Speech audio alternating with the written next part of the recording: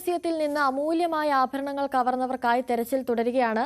വെറും 7 മിനിറ്റ് കൊണ്ടാണ് മോഷ്ടാക്കൾ കൃത്യം നടത്തി രക്ഷപ്പെട്ടതെന്ന് പോലീസ്. 9 വസ്തുക്കൾ മോഷ്ടിക്കാൻ ഉദ്ദേശിച്ച സംഘം 8 എണ്ണം കൈക്കലാക്കി. സംഘത്തിലെ 4 പേരും ബൈക്കുകളിലാണ് രക്ഷപ്പെട്ടതെന്നും സുരക്ഷാ സേനയ്ക്ക് നാണക്കേടായിട്ടുണ്ട്. കൂടുതൽ വിവരങ്ങളുമായി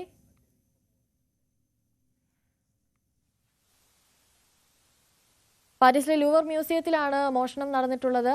വെറും 7 മിനിറ്റ് കൊണ്ടാണ് മോഷ്ടാക്കൾ ഈ ആഭരണങ്ങൾ മോഷ്ടിച്ച് കടന്നു കളഞ്ഞത് എന്നതാണ് പുറത്തു വരുന്ന വിവരം. 9 വസ്തുക്കൾ മോഷ്ടിക്കാനായിരുന്നു ഉദ്ദേശിച്ചതെങ്കിലും 8 എണ്ണം മാത്രമേ കൈക്കലാക്കാൻ സാധിച്ചുള്ളൂ. കൂടുതൽ വിവരങ്ങളുമായി അജയ് സുധാബിജി ചേരുന്നുണ്ട്.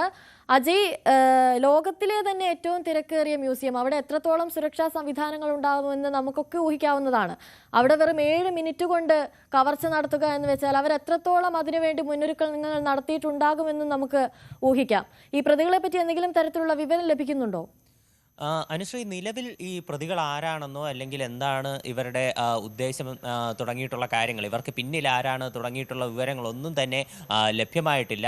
എന്നാലും ഇതിനു മുൻപ് തന്നെ ഈ കവർച്ചയുടെ കാര്യത്തിൽ, ഈ ലോകത്തെ ഏറ്റവും കൂടുതൽ സന്ദർശകർ വരുന്ന മ്യൂസിയം ആണെങ്കിലും ഏറ്റവും കൂടുതൽ സുരക്ഷയുള്ള മ്യൂസിയം എന്നൊക്കെ പേര് കേട്ടിട്ടുള്ള സ്ഥലമാണ് ലൂവർ മ്യൂസിയം എങ്കിലും ഇതിനു മുൻപേയും ഇവിടെ വളരെ പ്രശസ്തമായിട്ടുള്ള ഒരു കവർച്ച നടന്നിട്ടുണ്ട്. അത് 1911-ലാണ്. അന്ന് മൊണാലിസയുടെ ചിത്രം ഇവിടെ നിന്ന് മോഷണം പോയി. അതിനുശേഷം 2 വർഷങ്ങൾക്ക് ശേഷമാണ് ആ ചിത്രം തിരികെ ലഭിച്ചത്. മൊണാലിസ ഉൾപ്പെടെ വളരെ ചരിത്ര പ്രസിദ്ധമായിട്ടുള്ള പല അമൂല്യ വസ്തുക്കൾ, ചിത്രങ്ങൾ എല്ലാം ഈ മ്യൂസിയത്തിനകത്ത് ഉൾപ്പെട്ടിട്ടുണ്ട്. അതുപോലെ അന്ന് മൊണാലിസയുടെ ചിത്രം കൊണ്ടുപോയതുപോലെ അത് പിന്നെ 2 വർഷത്തിന് ശേഷം തിരിച്ചു കിട്ടി.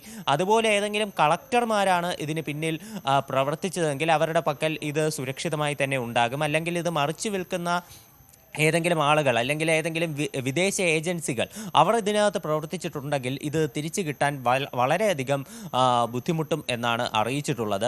ഇവർ 9 വസ്തുക്കൾ കവർച്ച ചെയ്യാനായിട്ടാണ് ഈ കെട്ടിടത്തിനകത്ത് കയറിയത്. ഈ മോഷണം തന്നെ വളരെയധികം ഒരു ആസൂത്രിതമായി, ഏതാണ്ട് ഈ സിനിമയിലെല്ലാം നടക്കുന്ന മോഷണം പോലെയാണ് നടന്നത്. രാവിലെ 9:30-നാണ് ഈ മോഷ്ടാക്കൾ ഈ കെട്ടിടത്തിനകത്തേക്ക് കയറിയതെന്നാണ് വിവരം. ഇവരൊരു ട്രക്കിൽ ഘടിപ്പിച്ച ക്രെയിൻ വഴി കെട്ടിടത്തിൻ്റെ മുകൾ ഭാഗത്ത് ജനാല പൊളിച്ച് അകത്തേക്ക് കടക്കുകയായിരുന്നു. അതിനുശേഷം വെറും 4 മിനിറ്റ് കൊണ്ടാണ് ഈ മോഷണം നടത്തിയത്.